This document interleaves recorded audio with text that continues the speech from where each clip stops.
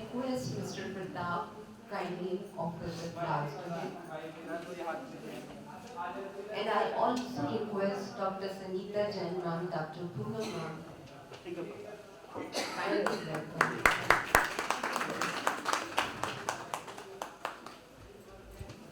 Obesity. It is caused by an imbalance between energy intake and expenditure influenced by genetic, environmental, and behavioral factors. Due to the changed and challenging lifestyle, less physical work but more mental stress has caused the problem of obesity, which is the root cause of many ailments. Today, the commercialized and glamorized world has changed the youngsters into fitness freak, and I'm sorry to say at times, fitness maniac. The lack of the right understanding and training brings havoc to their life, especially the lives of the young girls who play very significant role in creation. So they need extra care and understanding for their health and health issues. Today's talk will direct them and will remove their various misconceptions and doubts about fitness. The introduction of today's topic will be done by our principal sir. He will throw light on the topic psychological effects of obesity. Sir has delivered many lectures and written many papers on varied topics like stress management, management of aggression, life skills training, mental health, critical psychology, health psychology, and mental testing and rehabilitation. Through his erudition, I'm sure we are going to be benefited. The guest speaker of the day is Mr. Vishwas Roy, who is a fitness and nutrition expert, international coach of player bodybuilding. He is the Secretary General of the Bodybuilding and Fitness Association. He is Organizing Secretary of the Indian Bodybuilding Federation and Director of the International Personal Trainers and Fitness Academy, Hong Kong. From recognized institutions, he did his BCom, BPA, and postgraduate diploma in business management. Just one very special thing I want to share with all of you. The way his name is, the way his work is. So he has won the Vishwas, the faith of his trainees with his dedicated treatment and care. So we want to start this program. First, I want to call the principal sir, Professor Satyagopalji, because he has many college responsibilities to execute and other programs to attend. So sir, I invite you to share your insights on the topic.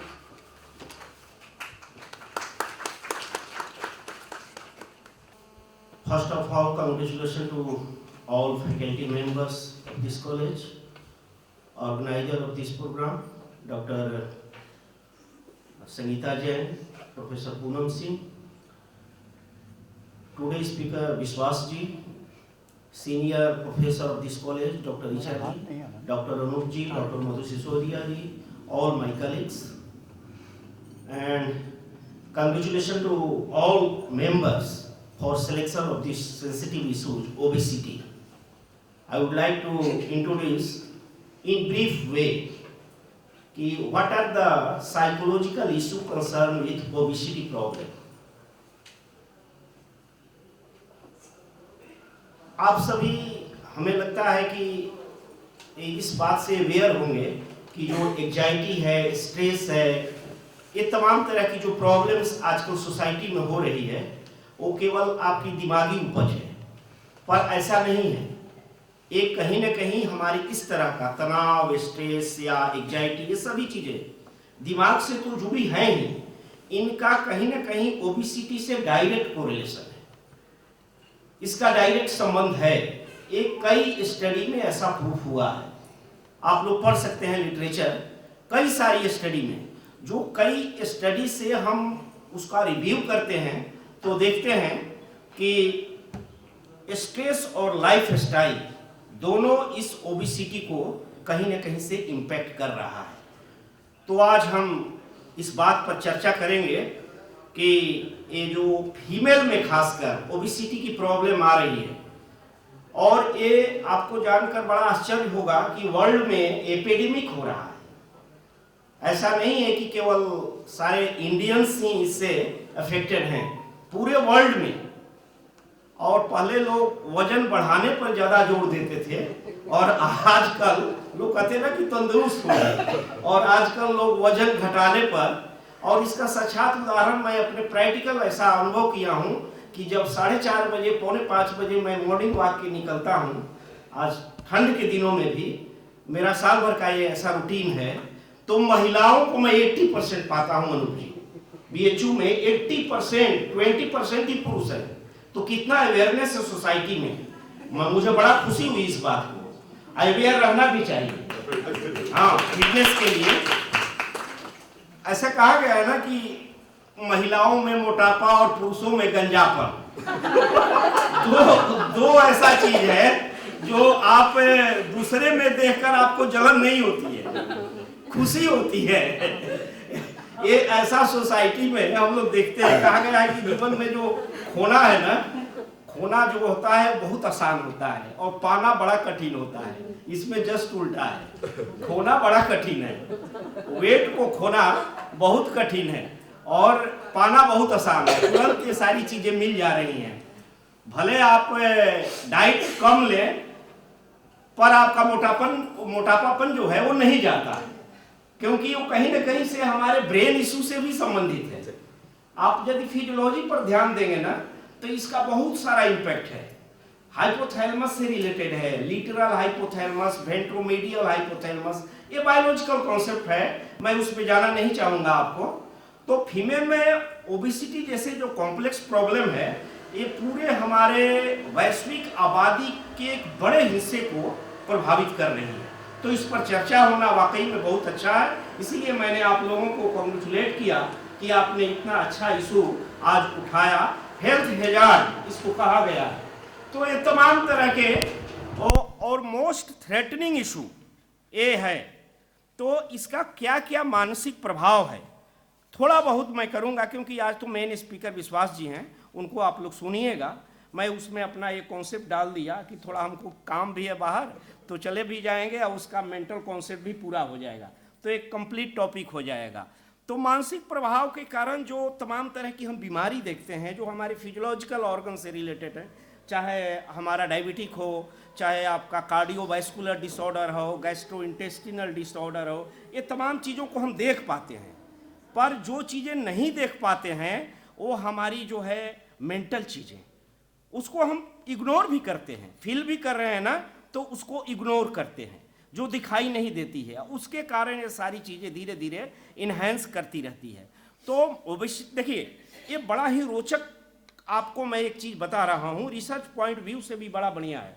Obesity के कारण mental health प्रभावित हो रहे हैं और mental health के कारण obesity problem आ रही है। दोनों एक दूसरे से रिलेटेड हैं। तो कभी प्रिडिक्टर वेरिएबल आप मेंटल हेल्थ को भी बना सकते हैं, कभी आप ओबेसिटी प्रॉब्लम को भी बना सकते हैं। तो कुछ जो जनरल इशू हैं, जैसे एग्जाइटी हुआ।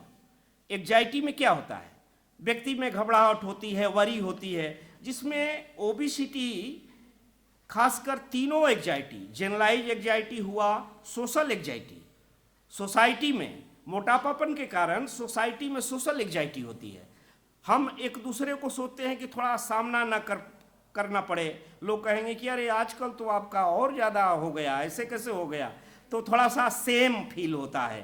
तो हाँ, तो ये सोशल एग्जाइटी भी सोसाइटी में है। पैनिक डिसऑर्डर भी होता है।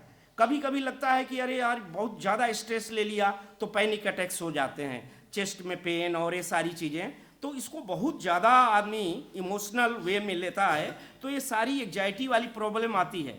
बॉडी साइज जो होता है वो कहीं ना कहीं से, बॉडी शेप जो होता है कहीं ना कहीं से एग्जाइटी डिसऑर्डर से रिलेटेड होता है। ऐसा बहुत सारा स्टडी हुआ। डिप्रेशन को मान लीजिए, एग्जाइटी तो हो ही गया, डिप्रेशन में हमें सीवियर डिप्रेशन की बात नहीं कर रहा हूँ, एक माइल्ड और मॉडरेट डिप्रेशन की बात करता हूँ। मल्टी डायमेंशनल डिप्रेशन इससे कहीं ना कहीं संबंधित हो ओबिसिटी से, चाहे आपका सैडनेस हो, चाहे लैक ऑफ इंटरेस्ट हो, एपैथी भी है, lack of motivation is called apathy. आपको उतना मोटिवेशन नहीं मिलता है अपने बॉडी साइज के चलते, और लैक ऑफ हॉबीज, उतना उत्साह नहीं रहेगा, हॉबी कम हो जाएगी, निगेटिव फीलिंग्स आता है। उसके बाद कॉग्निटिव ट्रायड भी होते हैं। कॉग्निटिव ट्रायड मीन्स सेल्फ का जो फीलिंग है, negative feeling about self, about others and about world, that is the triad. तीनों तरफ से निगेटिव फीलिंग आने लगती है जब इस तरह की ओबिसिटी प्रॉब्लम आती है। होपलेसनेस, हेल्पलेसनेस, ये तमाम तरह की जो प्रॉब्लम्स है ये डिप्रेशन को इंडिकेट करता है। तो ये सब ओबिसिटी के कारण होता है। बाइपोलर डिसऑर्डर, कुछ ऐसे केसेस देखने में आया है कि बाइपोलर डिसऑर्डर ओबिसिटी से रिलेटेड है। बाइपोलर क्या होता है? जिसमें दो पोल हो, डिप्रेशन भी होता है और अत्यधिक उत्साह। एक पर्सनालिटी का टाइप है, शायद आप कुछ लोग जानते होंगे, उसमें एक्टोमॉर्फी, एंडोमॉर्फिक, मेसोमॉर्फिक, ये टाइप है। तो उसमें कहा जाता है कि जो बहुत ज़्यादा मोटे होते हैं बड़े खुश मिजाज होते हैं। तो खुश मिजाज का मतलब है कि नॉर्मल खुश मिजाज नहीं, वो खुश मिजाज भी अत्यधिक खुश मिजाज हो जाए तो वो मैनिक होने लगता है। तो मैनिक और डिप्रेशन दोनों का जब भी साइक्लिकल चेंजेज होने लगे तो उसको हम बाइपोलर कहते हैं। तो कुछ केसेज में बाइपोलर डिसऑर्डर की भी चीज़ें आई हैं ओबिसिटी के कारण। कॉन्फिडेंस इसमें थोड़ा लो होता है। ये क्यों होता है? ये सेल्फ की फीलिंग के कारण कॉन्फिडेंस होता है। आप किसी दिन अच्छे कपड़े पहनिए और देखने में अच्छा लगिए तो कॉन्फिडेंस बहुत अच्छा होता है। और थोड़ा सा लेजीनेस शरीर हो तो इस तरह से कॉन्फिडेंस अपने आप थोड़ा बहुत लो होता है। आप भले दूसरे को फील ना कराएं, बाकी सेल्फ में लगता है। फ्रेंड्स के बीच जो सोशल प्लेसेज हैं वहाँ पर थोड़ा सा शर्मिंदगी महसूस होती है। तो कुछ बिहेवियरल चेंजेज भी देखने में आया है ओबिसिटी के कारण। चाहे आपका इरेशनल बिहेवियर, चिड़चिड़ापन आने लगता है, या कहिए तो मूड स्विंग करते हैं, ये सब साइकोलॉजिकल इसका इम्पैक्ट है। उसके बाद इम्पेयर्ड बॉडी जो इमेजेज हैं हमारे सेल्फ स्टीम को बहुत कम कर देते हैं। सेल्फ स्टीम कॉन्सेप्ट आप लोग जानते होंगे। सेल्फ स्टीम बहुत बड़ा कॉन्सेप्ट होता है व्यक्ति को ऊंचा उठाने के लिए। स्वयं को लगता है कि मैं प्रतिष्ठित हूँ, स्वयं को लगता है कि मेरा वैल्यू है सोसाइटी में। पर यहाँ ओबिसिटी के कारण लो सेल्फ स्टीम देखा गया है और ईटिंग डिसऑर्डर्स भी देखे गए हैं ओबिसिटी में। ईटिंग डिसऑर्डर में कुछ डिसऑर्डर्स हैं जैसे एनोरेक्सिया नर्वोसा, बुलिमिया, ये सारे ईटिंग डिसऑर्डर्स हैं। तो इसका भी देखा गया है साइकोलॉजिकल। इवन इंसोमेनिया की भी प्रॉब्लम आती है, नींद की समस्या। बहुत सारे ऐसे ओबिसिटी वाले प्रॉब्लम लोगों में नींद की समस्या आती है। और सबसे बड़ी चीज़ को मैं आज डिस्कस करना चाहता हूँ, सोशल स्टिग्मा। सोशल स्टिग्मा बहुत है सोसाइटी में कि लोग मुझको मोटा न कहें, इसलिए मैं बाहर ना निकलूं, लोगों से इंटरेक्शन न कहूं। ये स्टिग्मा होता है कि हमारा शरीर ठीक रहेगा तो लोग कहेंगे अरे वाह क्या स्मार्ट है शरीर। तो इसका सोशल स्टिग्मा से रिलेशन है, इसलिए कि इसमें लोग डिस्क्रिमिनेशन करते हैं, बायसनेस करते हैं, तो खराब लगता है। तो स्टिग्मेटाइजेशन के कारण ओबिसिटी के कारण वो और उसके कारण दोनों एक दूसरे को हम बता रहे हैं। लो सेल्फ स्टीम हुआ, लो अट्रैक्शन पावर हुआ, और तमाम तरह की फियर ऑफ इनवैलिडिज्म, लगता हो कि मैं इनवैलिड आदमी हूँ, इस तरह की फियर्स अंदर से। तो फियर ऑफ इनवैलिडिज्म के कारण पर्सन प्रॉपर वे में अपने वर्क को एम तक ले जाने में थोड़ा बहुत नाकामयाब होता है। तो निगेटिव जो फीलिंग्स आती है, ऐसा स्टडी में देखा गया है कि मैरिड के कंपैरिजन में अनमैरिड लोगों में और ज़्यादा ये सारी चीज़ें आती है। तो अनमैरिड में ये सारे साइकोलॉजिकल चीज़ें ज़्यादा देखने में आती है। स्ट्रेस क्या, ये सारे हमारे जो इनएक्टिव लाइफ स्टाइल है ना, उसके कारण ये प्रॉब्लम आ रही है। इसके कारण स्ट्रेस भी है, उसके कारण ओबिसिटी प्रॉब्लम भी है। इसलिए कहा जाता है कि activeness always enhance health, wealth and happiness. तो हेल्थ, वेल्थ और हैप्पीनेस तीनों को बढ़ाना है तो व्यक्ति को एक्टिव लाइफ तो रखना ही पड़ेगा, और उसके लिए ज़रूरी है कि कहीं ना कहीं आप किसी चीज़ में अपने को इंगेज करें, जिससे कि ओबिसिटी प्रॉब्लम भी कम हो सकती है। तो ये सारी चीज़ों पर मैंने आज डिस्कस किया।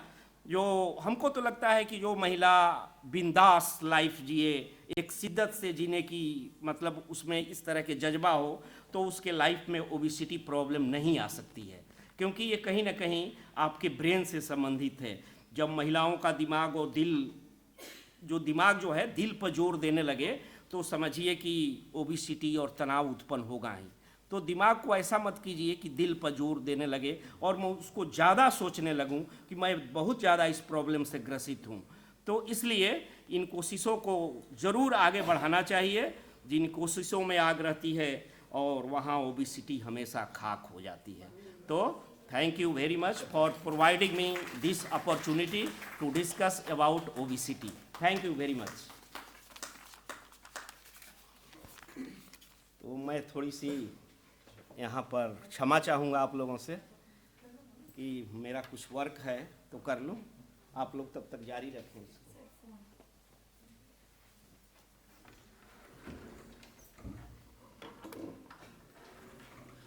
Thank you, sir. Very nicely you have interconnected the two topics, mental illness and obesity.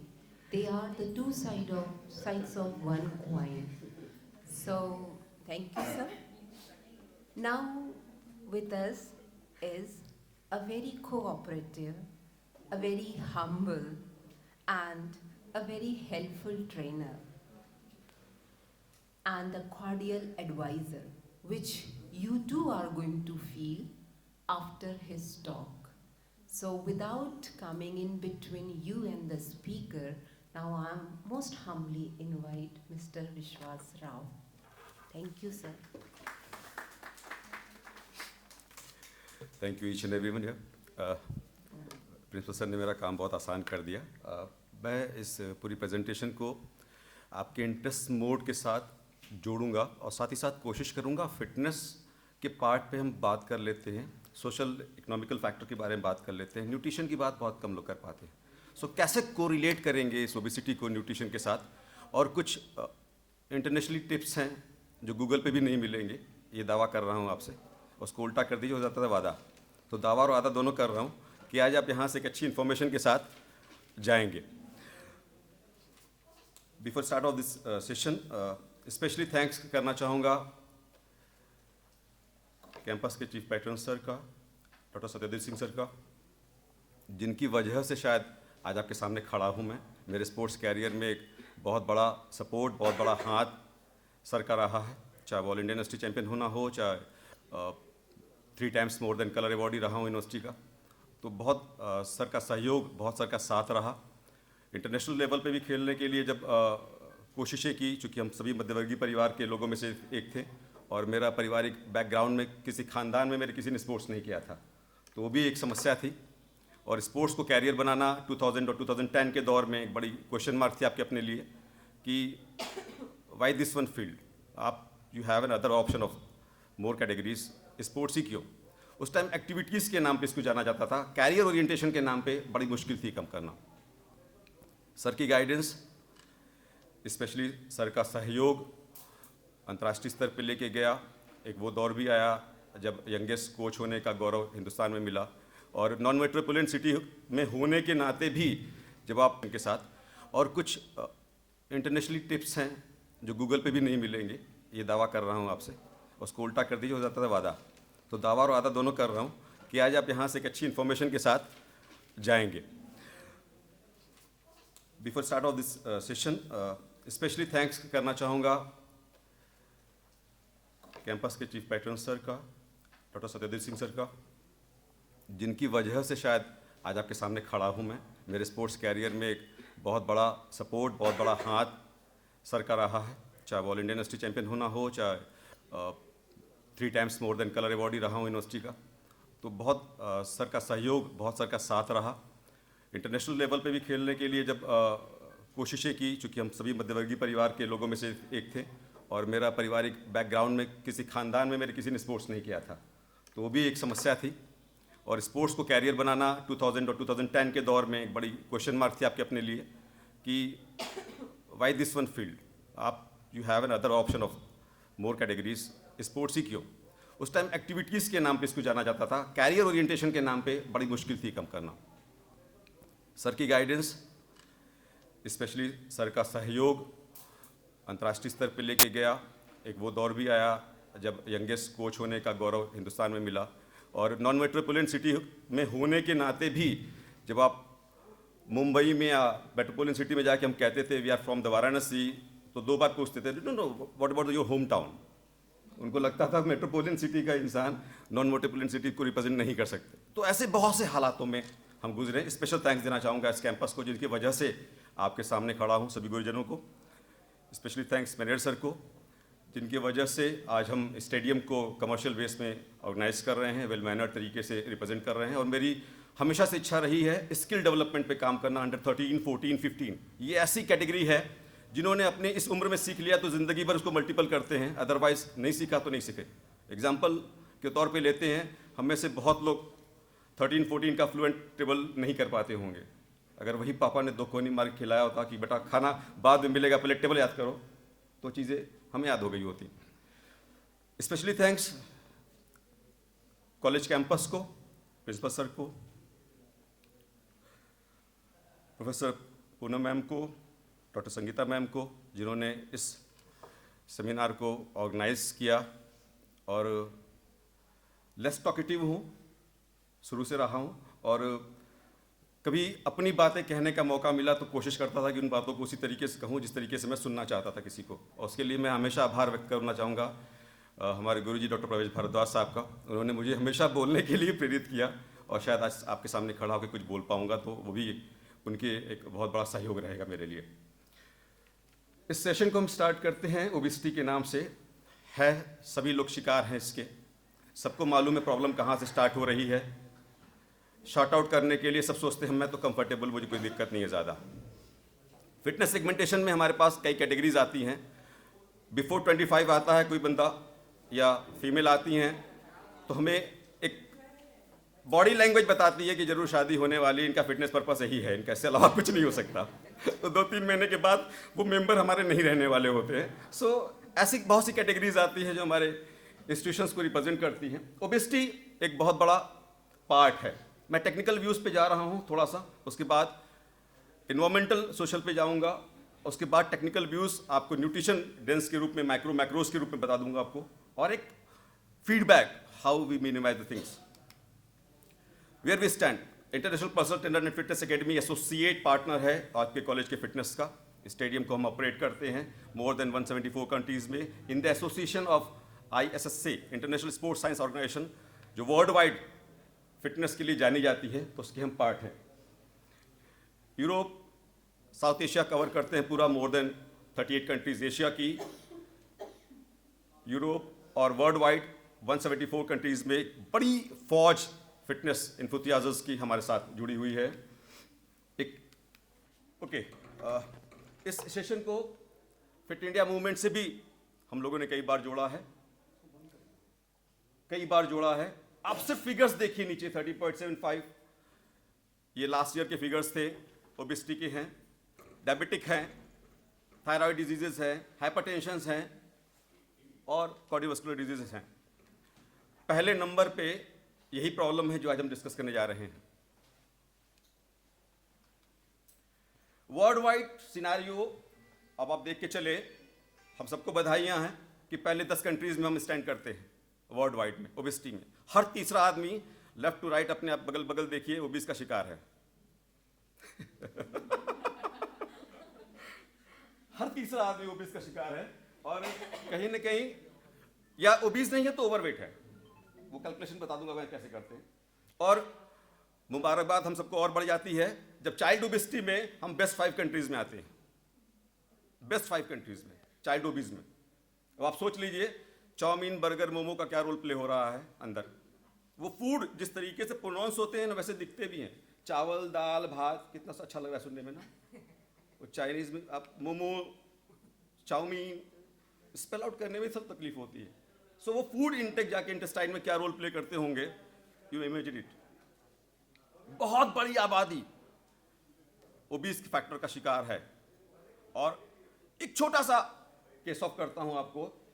1 kilogram वजन कम करने के लिए, मतलब 2 पाउंड वेट कम करने के लिए आपको 3000 कैलोरी ड्रॉप करनी है। 3000 कैलोरी। अगर आप नहीं खाते हैं तो 1 किलो वेट ड्रॉप करेंगे। मैं फैट की ड्रॉप की बात नहीं कर रहा हूं, मैं वेट ड्रॉप की भी बात कर रहा हूं। Obesity also called compresses of the fitness. ये पूरा का पूरा एक्सप्रेस दिया हुआ है 2 शब्दों में, सिंपल सा कॉन्सेप्ट के साथ, जिस मोटापे या मोटापन के लिए आप जानते हैं किस वजह से, किस पर्पज से हो रहा है, and the only reason is excess calorie जो हम इंटेक कर रहे हैं। यहां एक चीज समझने की कोशिश करिएगा, कैलोरी और किलो कैलोरी एक यूनिट है। इसको क्लियर रखिएगा, कैलोरी और किलो कैलोरी एक यूनिट है। तो सिंपल सा कॉन्सेप्ट है। मोटापा जिस मोटेपन के लिए कहा जा रहा है आपको, वो फैट का एक स्टोर्ड वर्जन है आपके अंदर, और कहीं ना कहीं एक्सेस कैलोरी आप जो इंटेक कर रहे हैं उसका रूप है। ये ओबेसिटी का एक वृहद रूप है जो इंटरनेशनल एरिना में बीएमआई, बॉडी मास इंडेक्स के रूप में देखा जाता है। हर आदमी अपना बीएमआई कैलकुलेट कर लेता है, उसको लगता है यार हम तो कंफर्टेबल जोन में हैं। हर आदमी अपना बीएमआई कंफर्टेबल जोन में कैलकुलेट कर लेता है। बट व्हाट अबाउट दोज, अब मैं यहां एथलीट की बात नहीं कर रहा हूं। हम जिस ओबीस फैक्टर में जाने की बात कर रहे हैं, उस ओबीस फैक्टर में मेरे कई एथलीट हैं जिनका बॉडी वेट 110 किलोग्राम है। उसमें से मेजर अब्दुल खान भी हैं, बेंगलोर यूनिट में है सैम।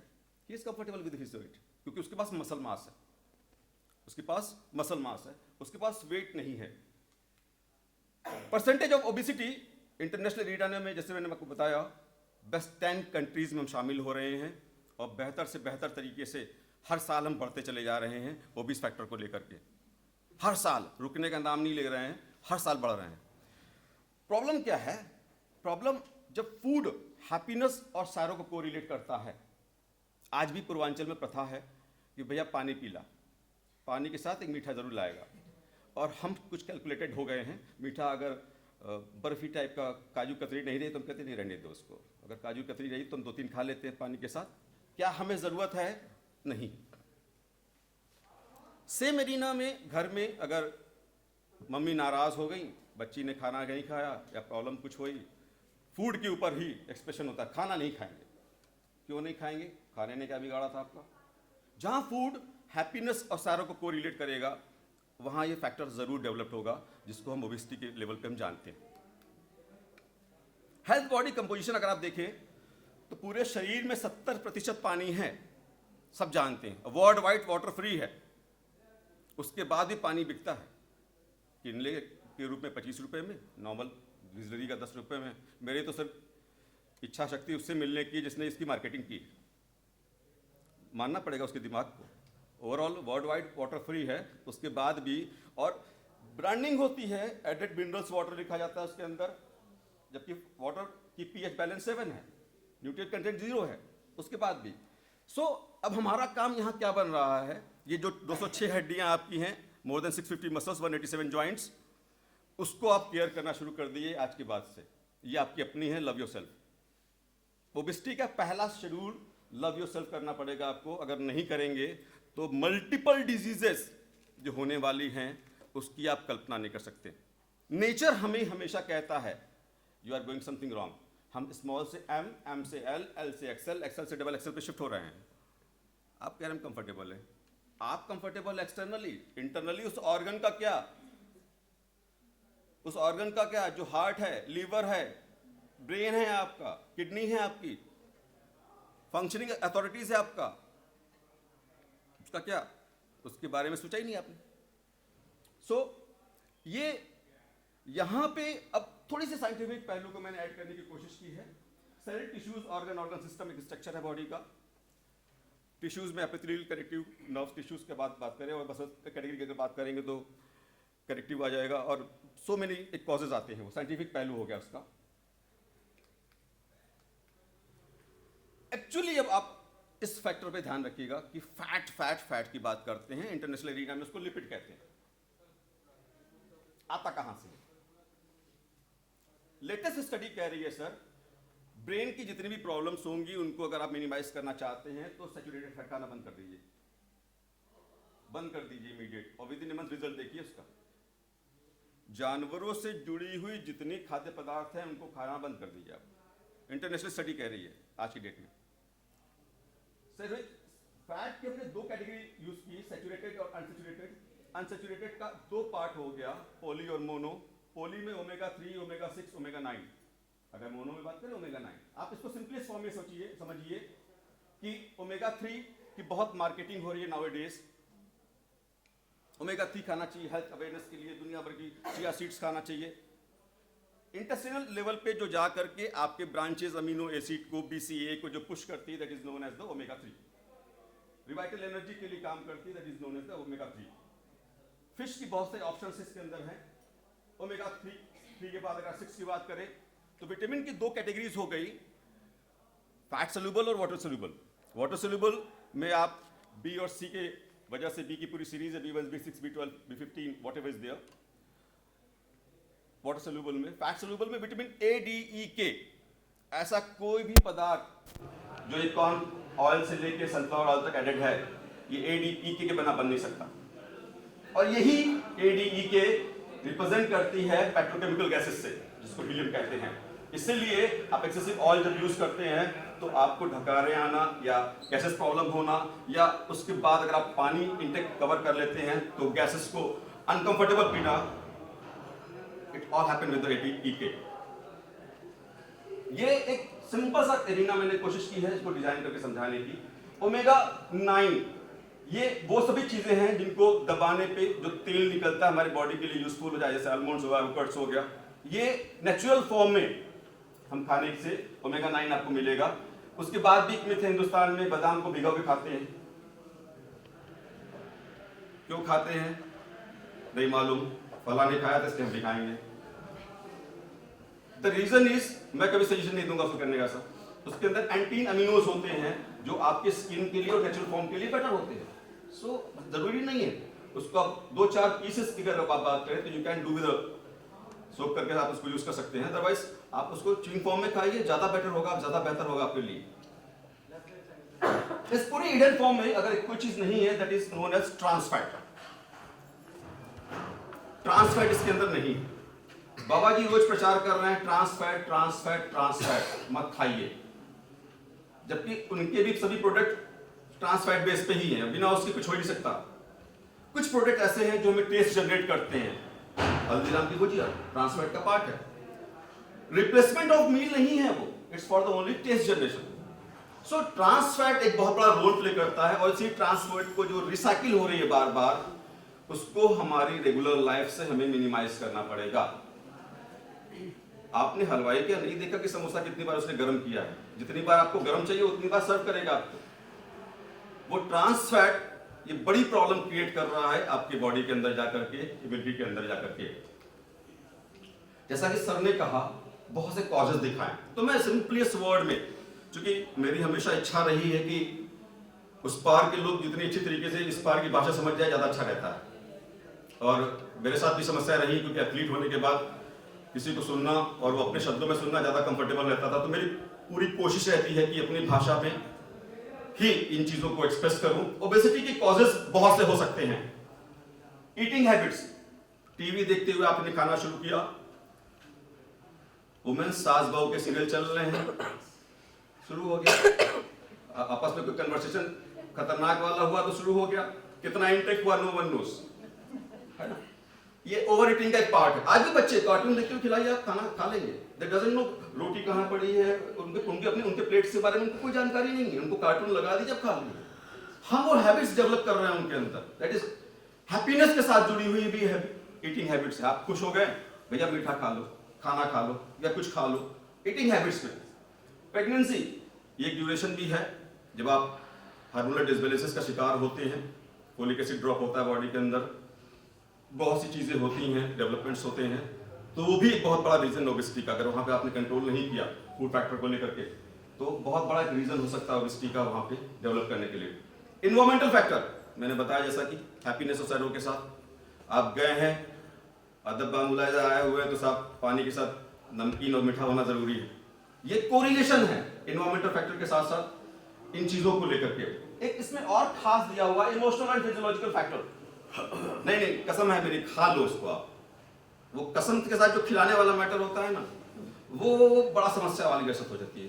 क्या जरूरत थी कि नहीं वो नहीं मालूम, बट वो हैप्पीनेस को शो करने के लिए, उस कसम को पूरा करने के लिए आपने 500 कैलोरी और खा लिया। सर्टेन मेडिकल कंडीशन ये बहुत बड़ा कॉज है, स्पेशली न्यूरो के मैटर पे। जिनको न्यूरो की प्रॉब्लम्स होती है उनके लिए ये बहुत कॉमन सा कॉज होता है, और ये 5-7 kg वेट बढ़ता रहता है। इसलिए जितने भी न्यूरो के डॉक्टर्स हैं वो पहले अपने पेशेंट को वेट मेजर के लिए कहते हैं, सिस्टोलिक डिस्टोलिक ऑर्डर मेजर के लिए कहते हैं, उसके बाद उनको क्लिनिकल डिजीज देखते हैं। That is the base cause, क्योंकि इसको जब तक आप वेट मैनेजिंग के पर्पज से नहीं देखेंगे तब तक आप इसको नहीं जान सकते कि प्रॉब्लम क्या है उसके साथ। तो उसकी जो भी डोजेज होंगी वो मल्टीपल होती चली जाएंगी न्यूरो की मेडिसिन में। तो ये बहुत बड़ा कॉज है न्यूरो के साथ। और न्यूरो केसेस में ऑफिशियली कुछ ड्रग्स चलती है जो कि हार्मफुल होती है बॉडी के लिए, वो भी एक रीजन है। लैक ऑफ स्लीप ये बहुत बड़ा कारण है, सबसे बड़ा कारण है, और इसके शिकार हम सब हैं। ये एक ऐसा कारण है जिसको कहना ये हर डिजीज को रिप्रेजेंट करने का सबसे प्राइमरी कारण है, लैक ऑफ स्लीप। और लैक ऑफ स्लीप अगर नहीं होगा तो ये सब चीजें बहुत अच्छी तरीके से प्रॉब्लम और क्या क्या हो सकती है, it will be textual side. Genetic and family history, आनुवंशिकी। भैया बेटा बड़ा मोटा, अरे पापा इसके बड़े मोटे थे, कंफर्टेबल जोन में चला गया, वो भी मोटा हो गया, या मदर बहुत मोटी है इसलिए बेटा मोटा है, कोरिलेट कर देते हैं कंफर्टेबल जोन में। मेडिकेशंस के साथ साथ लैक ऑफ एक्सरसाइजेस, ये भी आपने 2000, 3000, 4000 कैलोरी इंटेक कर ली, बर्नआउट क्या किया आपने, कैलकुलेशन कहाँ है आपके पास कुछ भी। इसको कहते हैं rest metabolic rate, TDE calculate करना, बहुत सिंपल कैलकुलेशन है, अभी बता देता हूं आपको, बट बहुत इजी है जानना। सो आज हम पूरा प्रयास करेंगे एटलीस्ट अपना ओन एक प्लान जरूर बना लें कि हमें what to do, what to avoid, क्या खाना है क्या नहीं खाना है। और ये बहुत जरूरी है क्योंकि अब हमारे पास जिस तरीके से पेंडेमिक के बाद सिर्फ 2 ऑप्शन है, या तो फिटनेस फिट हो जाइए या तो फिर मेडिसिन के भरोसे जीना शुरू कर दीजिए। इसके अलावा तीसरा कोई ऑप्शन बचा नहीं रहेगा आपके पास। और इसीलिए हार्ट डिजीज से लेकर के कार्डियक अरेस्ट एक बहुत बड़ा क्लॉज डेवलप हो रहा है, चाहे वो कोई भी फैक्टर रहे। कॉजेस और इफेक्ट के बारे में अगर आप बात करें तो उनमें से बहुत सी चीजें पिक्चर प्रेजेंटेशन के रूप में मैंने आपको ब्रीफ की लास्ट टाइम में। ये है टाइप 1 टाइप 2 डायबिटिक भी बहुत बड़ा रीजन है इसके लिए, जिसको आप इंसुलिन फैक्टर के कंसेप्ट के रूप में देखा जा सकता है। 1 लीटर में 2.5 है, कंफर्टेबल है आप, कोई दिक्कत नहीं है। बट एक्सेसिवली अगर इंसुलिन का लेवल, शुगर का लेवल बढ़ रहा है तो उसके पीछे रीजन क्या है, बहुत से मल्टीपल रीजन है और ये इनमें से एक है। सर ने जो बात की थी बॉडी टाइप की, this one is the body type, ectomorph, endomorph, mesomorph. पहले बात तो अपने आप को पहचानिए आप किस कैटेगरी में आते हैं, ईमानदारी से। और मैं बताऊं आपको तो हम सभी मिड कैटेगरी के हैं। अगर आप मेरी बात करें तो मैं मेसो एंडो के बीच का हूं। मैं स्टिल 90 kg का हूं, और जब मैं ऑल इंडिया यूनिवर्सिटी या इंटरनेशनल खेलता था तभी भी मैं 90 kg का था। उस टाइम में ह्यूज था इस टाइम पर, बट स्टिल लास्ट 20 years में आई वाज इन 90 kg। मुझे कोई इशू नहीं है मेरे कंसर्न के साथ। बट मैं खुद बोल रहा हूं, मैं खुद मिड कैटेगरी का हूं, मैं एंडोमेसो कैटेगरी में ही हूं। एक्टोमॉर्फ वो होते हैं जो लीन थीन होते हैं, बोन कंटेंट बड़ी होती है, हाथ लंबे होते हैं, जॉइंट्स भी दिखेंगे उनके, और दिन भर कुछ भी खिलाइए, देशभक्ति के साथ खाएंगे, कोई दिक्कत नहीं है। दबा के खिलाइए इनको, 24 घंटा खिलाइए, कोई दिक्कत नहीं है। बाद में ये कहेंगे यार मेरी बॉडी में ना बनता कुछ नहीं है, बन नहीं रहा है मेरा शरीर।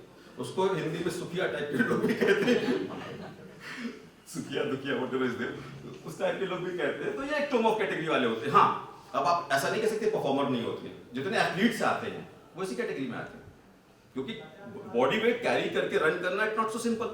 आप 70-80 किलो 90 किलो लेकर के अपवाद हो जाएगा। हाँ, एक था, अगर मैं कहूँ कि 100 kg का एक एथलीट था जिसने 100 मीटर में परफॉर्म किया, that is Ben Jonson. Panther इसकी स्टार्ट थी, आज तक का वर्ल्ड रिकॉर्ड नहीं टूटा उसका। सो कार्ल लुइस ने ब्रेकआउट किया था उसको, बट एक पैरेलली नहीं हो पाया। सो मेसोमॉर्फ कैटेगरी वो है जो बैलेंस्ड होते हैं एथलीट। जितने भी एथलीट्स हैं वो मेसोमॉर्फ कैटेगरी के आते हैं। इनकी डाइट नॉर्मल होती है, कार्ब प्रोटीन का रेशियो अच्छा रहते हैं, एथलेटिक फिजिक दिखेगी आपको, नहीं ये परफेक्ट बॉडी सिमेट्री है, is called the mesomorph category. Endomorph वो बिरादरी है जो बड़ी सस्पिशियस है। सर हम खाते ही कुछ नहीं, उसके बाद भी वजन बढ़ा चला जा रहा है। ये 90% को ये प्रॉब्लम है, और ये हर बंदा एक्सक्यूज दिया हुआ है, खाते ही नहीं है सर हम तो। हमारे सेगमेंट में तो ज्यादा है, क्योंकि we are responsible for the only 1 hour fitness training के लिए, but rest of what you are doing rest of 23 hours we doesn't know, हम नहीं जानते सर। बट वो प्रॉब्लम क्या है कि सर वर्कआउट कुछ चेंज कर दीजिए। 23 घंटा आपकी वर्कआउट क्या चल रही है उसके बारे में कोई कंक्लूजन नहीं है। हाँ, बहुत बड़ा रीजन ओबेसिटी हो सकता है, इसके पीछे बहुत बड़ा रीजन ओबेसिटी हो सकता है। सो ये बॉडी टाइप क्लियर हो गई आज। एक्टोमॉर्फ, एंडोमॉर्फ और मेसोमॉर्फ 3 बॉडी टाइप्स होती हैं। राइट, एक थोड़ी सी टेक्निकलिटीज हम स्टार्ट कर रहे हैं यहां पे बताना आपको। बॉडी मास इंडेक्स कहते हैं weight divided by height in metre square. मैं वो सिंपल फार्मूला बता रहा हूं जिसमें सब करने की जरूरत ही नहीं है आपको। Weight divided by height in metre square. Suppose करिए मेरा वेट 90 kg है, मेरी हाइट 5 फीट 10 इंचेस है, इट मींस 178 सेंटीमीटर। तो उसको मीटर में कन्वर्ट करेंगे 1.78 हो जाएगा, 1.78 into 1.7 करेंगे 3.26 हो जाएगा। 90 अबाउट 2.76 करेंगे तो अप्रॉक्स 27% मेरी बीएमआई आती है। 27 इट इज मैं अपने नॉर्मल बीएमआई से 10 kg बड़ा हूं, वेट ज्यादा है मेरा। सिंपल कैलकुलेशन है। या इसको दूसरी तरीके से देखिए तो बीएमआई हर आदमी की मेजर करना एक बेस है, जो जानकारी जरूर होनी चाहिए कि आपका बीएमआई क्या है। अब यहां दूसरी बात आती है कि आइडियल वेट क्या होना चाहिए। हर इंसान को जानना है आइडियल वेट क्या होना चाहिए। Simple formula, height in centimetre minus 100 कर दीजिए। Height in centimetre minus 100। Suppose that I am 178 minus 100 कर दीजिए, हो जाएगा 78 kg बॉडी वेट मेरा होना चाहिए। But still I am 90 kg, तो 90 माइनस 78 किया तो हो गया 12 kg में एक्सेस हूं। सब लोग अपने अपने देख रहे हैं, मेरे बारे में दैट इज गुड। जरूरी है लव योरसेल्फ। मैं पहली वर्ड यूज किया लव योरसेल्फ, बहुत जरूरी है। Sir may be body fat हो आ रहा हूं, मैं सीख कर रहा हूं। ये मान के चलिए मैम 30% मसल मास है, 70% वाटर है, तो आपकी बात कुछ हद तक जायज होगी। इस नेक्स्ट पे आ रहा हूं। सो आइडियल वेट हो गया मेरा 78 kg, जबकि मेरा 90 kg पे हूं। अब मैम ने बहुत अच्छा कहा मे बी फैट हो। How can it measure? आपको कैसे मालूम कि आपकी बॉडी में कितना फैट है? उसकी बड़ी लंबी सी इक्वेशन है, गूगल पे सर्च मारेंगे तो हाफ एन आवर लगेगा। मैं इजीएस्ट इक्वेशन बता रहा हूं, मैं आपको इजीएस्ट इक्वेशन बता रहा हूं। मेंस के अंदर बॉडी फैट परसेंटेज 20% का होता है, वुमेन्स के अंदर 25 होता है। सपोज कीजिए मेरा एक्सेस बॉडी वेट कितना था 12 kg, 12 प्लस 20 32% का फैट मेरे पास है। सिंपल, 32% का फैट मेरे पास है। ऐसे ही सपोज कि किसी वुमेन को कैलकुलेट करना है हाइट इन सेंटीमीटर माइनस 100 कीजिए, जो एक्चुअल फिगर आएगा उसमें अपने करेंट वेट का माइनस कर दीजिए, अपने करेंट वेट को माइनस कर दीजिए, और वुमेन के लिए प्लस 25 उसमें ऐड ऑन कर दीजिए, वो आपका एक्चुअल बॉडी फैट हो गया। सो ये जरूरी है जानना कि बॉडी के अंदर फैट परसेंटेजेस कितना है। ये बीएमआई बॉडी मास इंडेक्स आपको रिप्रेजेंट करता है। अब यहीं से टेक्निकलिटी शुरू होती है ओबीस फैक्टर को कवर करने की। हाउ इट प्रोटेक्ट, कितनी कैलोरी रोज खानी है आपको, क्योंकि ये पूरा का पूरा दो ही चीज है, या तो डेफिशिएट या तो सरप्लस। इसी के आधार पे ही ओबेसिटी को कवर कर सकते हैं, उसके अलावा ऑप्शन कोई नहीं आपके पास। सिंपल सी बात है, ओबेसिटी की बात करेंगे तो डेफिशिएट ही करना पड़ेगा, सरप्लस की तो बात होती नहीं। लेकिन आज एक फिर आपको नुस्खा दे रहा हूं। Take the two figure 25 and 35, दो फिगर चूज करिए 25 and 35। 25 figure for those who want to fat loss or weight loss, और 35 for those who want to surplus, जो गेन करना चाहते हैं, जो दुखिया वाली कैटेगरी वाले हैं, एक्टोमॉर्फ वाली कैटेगरी वाले लोग हैं। सपोज करिए मैं फैट लॉस पे हूं, तो मेरा बॉडी वेट 90 kg है और मेरा BMI 27, तो 90 into 27 कर दिया, ये अप्रोक्स जो आएगा 1950 कैलोरी आएगी, वो मेरी रिक्वायर्ड मील कैलोरी है पर डे की।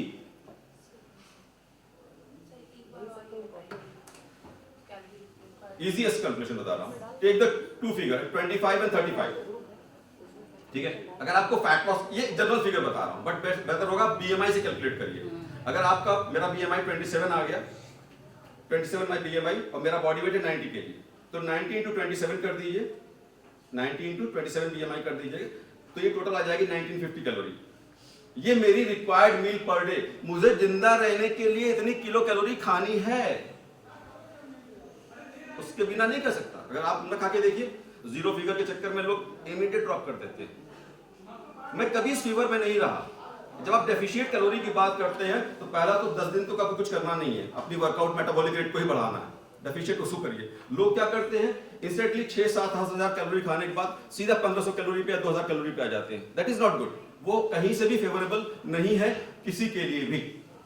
सो ये जब BMI की बात कर रहे हैं, तो यहां आ गई रिक्वायर्ड कैलोरी मेरी हो गई 1950। अब ये मुझे मेरी मील की जरूरत जो है 1950, मुझे आपको आइडेंटिफाई करने के लिए अपने ATP level, adenosine diphosphate level को, कार्बोहाइड्रेट को, फैट को बर्न करने के लिए मुझे जरूरत है। इससे नीचे तो सवाल ही नहीं होता। नीचे कब जाएगी, जब मेरा बॉडी वेट नीचे जाएगा। इज द बेस्ट तरीका। अब क्या करूंगा, मुझे किसी ने सलाह दिया, विश्वास राव तुम बड़े मोटे लग रहे हो, एक काम करो, तुम 1000 कैलोरी खाना शुरू कर दो। अब विश्वास की रिक्वायरमेंट थी 1800-1900 कैलोरी की, अब विश्वास ने 1000 कैलोरी खाना किया शुरू, व्हाट अबाउट द 800 कैलोरी जो मिनिमाइज हो रहा, वो कहीं ना कहीं आपको मूड स्विंग करेगा, हेयर फॉलिंग करेगा, आई ब्लडनेस करेगा, और सबसे बड़ी बात, आपको किसी से ढंग से बात करने का मौका नहीं देगा। आपको कैसे हो, कहते तुम्हारी औकात क्या है, पूछने की मुझसे कैसे हो, इसको क्या हो गया यार उसको लगेगा ये क्या हो गया, मैं सिंपल पूछा तो कैसे हो, ये औकात पे चला गया। तो ये मूड स्विंग बहुत हमारे एथलीट्स का होता है। आप ये जो 6 पैक विजिबल देखते हैं, वो कुछ समय के लिए होते हैं, वो इवेंट टाइम में सिर्फ होते हैं, क्योंकि उस टाइम फैट परसेंटेज 5 से 6% का होता है। और हम फैमिली की काउंसलिंग करने के लिए बैठाते हैं फैमिली को, साहब इसको डिस्टर्ब मत करना, छोड़ दो, हाई प्रोटीन पे है, अदरवाइज कुछ बोलोगे जवाब कुछ और देगा उसको।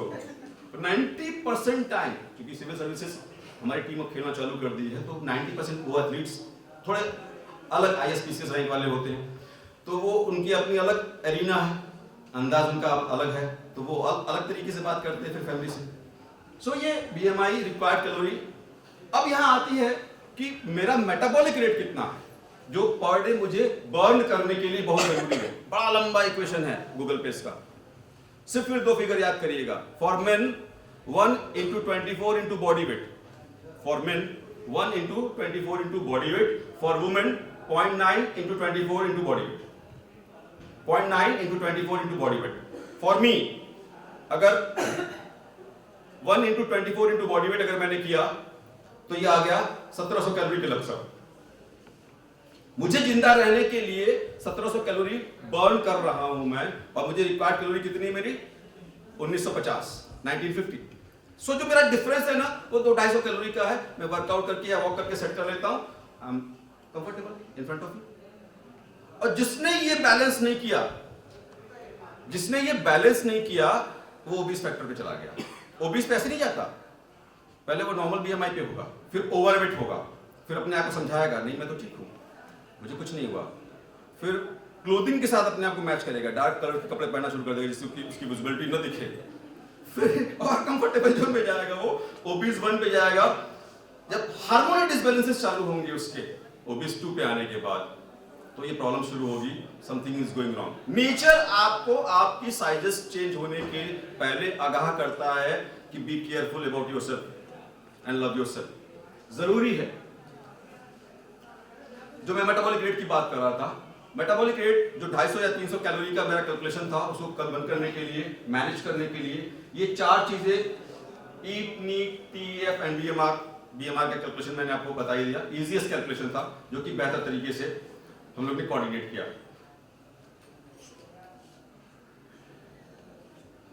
दो कैटेगरी है फूड की, माइक्रो मैक्रोज। मैक्रो में आप कार्ब प्रोटीन की बात करते हैं, माइक्रोज में आप विटामिन मिनरल्स की बात करते हैं, पानी सब भूल जाते हैं। बहुत बड़ा पार्ट है, 70% वाटर है बॉडी के अंदर, ध्यान से रखिएगा। और वो पानी बॉडी से निकलता है, आपका 2 किलो वजन कम हो गया, आपका मेरा तो फैट लॉस हो गया। अब यहां एक कैटेगरी और स्टार्ट हो जाती है, वेट लॉस हुआ कि फैट लॉस हुआ। वेट लॉस इंस्टेंट होता है, fat loss should be sustain, it will take time. Weight loss 7 kg 6 kg तक, मैं जो परमिशन करता हूं बीइंग एन एक्सपर्ट, मैं कहता हूं 3 to 5% of your body weight एक महीने में उससे नीचे मत जाइए। अप्रॉक्स अगर मैं 90 kg हूं तो 2.7 kg मिनिमम और 4.5 kg या 5 kg maximum. You should be between 2.5 and 5 kg। या उसको रेजियस ले लीजिए ना, 900 ग्राम पर हफ्ते हो गया। क्यों इतना लंबा कैलकुलेशन कर रहे हैं 3 kg को लेने का? 900 ग्राम पर हफ्ते बेस्ट है, and each and everyone just feel happy कि यार 900 ग्राम ही हो गया। सो ये कैटेगरी जब आती है एक्टोमॉर्फ की, तो एक्टोमॉर्फ की कैटेगरी में कार्ब का रोल बहुत ज्यादा होता है। दबा के कार्ब खाते हैं वो, क्योंकि एनर्जी सस्टेन है उनके लिए, अच्छा काम करते हैं, बेहतर तरीके से कोऑर्डिनेट करते हैं। और क्यों नहीं एक रिक्शा वाला ओबीस हो जाता है? क्यों नहीं? उसके लिए तो कार्बोहाइड्रेट, प्याज और जो रोटी है वो भी उसके लिए प्रोटीन का काम करती है। मेटाबॉलिक रेट बहुत ऊपर है उसका, सोच नहीं सकते हम उसका। और उसके बाद खाने के बाद एक अच्छी सी स्लिप ले लेता है, तो दोनों बैलेंस है उसके लिए। ये सब सोचना किसके लिए? हमें। हम बैठे हुए हैं यहाँ पे, हमें सोचना है कि टीडी कितना चला, ये प्लेट कितनी चली। सेम हाल बोलो आप मेसोमॉर्फ कैटेगरी में देखिए, उनका प्रोटीन का रेशियो ज्यादा होता है, फैट परसेंटेजेस मैंने 25% ही रखा हुआ है, मैक्सिमम मेंस का है, वुमेन्स का है इसलिए। और कार्ब का एक लेवल थोड़ा कम होता है, क्योंकि मसल मास जनरेट करते हैं वो अपने आप को ह्यूज दिखने के लिए, मोर साइकिल बताने के लिए। एंडोमॉर्फ कैटेगरी में जस्ट अपोजिट पैटर्न है। पहले तो कहते थे हम खाते नहीं, और खाते हैं तो टेस्ट को रिलेट करते हुए खाते हैं, तो कहीं ना कहीं से कार्ब और फैट का एक रेशियो मिला लीजिए, वो 75% को कवर कर लेता है। अब बचा 25% वो बैकअप में रहता है जब भूख लगेगी ना। फैट एक बड़ा अजीब सा मिथ है मैम यहाँ पे, कि अगर हम मैक्सिमम से पूछे कि choose in between carbohydrate and fat, which one you क्या पसंद करेंगे? कार्बोहाइड्रेट। अगर आपको बंद करना हो बॉडी अपनी डाइट में से, तो आप क्या बंद करना चाहेंगे, कार्बोहाइड्रेट की फैट? एनीवन? बहुत से लोग फैट की बात करेंगे, है ना? What the reason behind that? क्या कारण है? सुना है आपने कार्बोहाइड्रेट बॉडी में शुगर बनाता है, और जितना भी वो तो जरूरी है, उसकी जरूरी है नहीं तो शुगर, लेकिन excess level sugar, exactly excess level sugar carb एक कंफर्टेबल जोन है। कार्ब हमें कोई प्रॉब्लम क्रिएट नहीं करता। जब एक्सेसिव कार्ब होता है वो कन्वर्ट टू फैट होना शुरू हो जाता है, और वो हमें कहीं ना कहीं प्रॉब्लम देना शुरू हो जाता है। नेचर देती है शुगर हमें, डजंट हैव एनी प्रॉब्लम, कोई दिक्कत नहीं। उसकी प्रॉब्लम होती तो ये एक्टोमॉर्फ वाले क्या, ये तो पूरे डायबिटिक हो गए होते, ये तो दिन भर कार्ब खाते हैं बेचारे। तो समझिए की कोशिश करिए कि excess carb always convert to fat.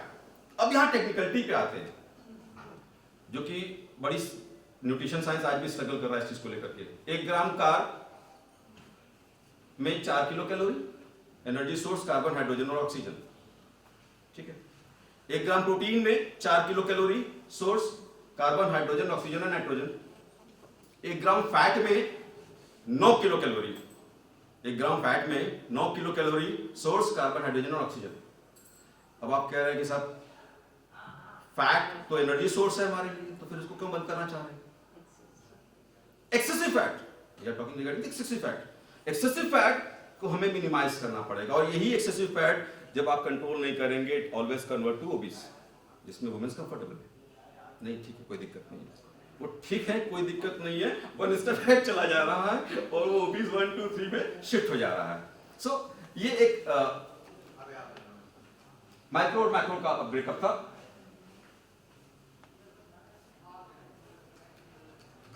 कुछ नहीं, राइट, खाए पिए कुछ नहीं। एक्सेस नहीं होता। एक्सेस नहीं होता।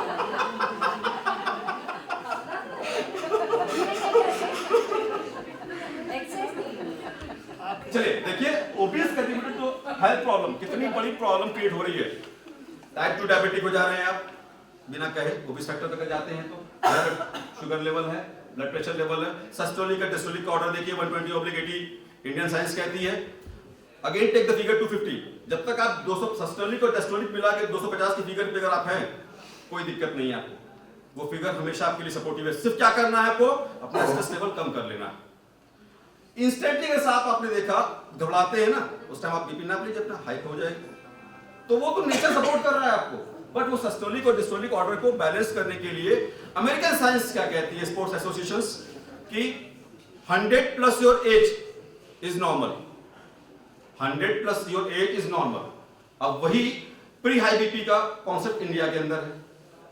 सो यहां पे इस चीज को समझना पड़ेगा, कार्डियक अरेस्ट से लेकर के हार्ट फेलियर तक और सर्टेन कंसर्न्स में कैंसर्स तक टिश्यूज प्रॉब्लम्स भी, सेल्स प्रॉब्लम्स भी मिली है ओबीस फैक्टर को लेकर के। तो ये एक बहुत बड़ा कॉज है, हेल्थ प्रॉब्लम है ओबीस फैक्टर को रिप्रेजेंट करने का।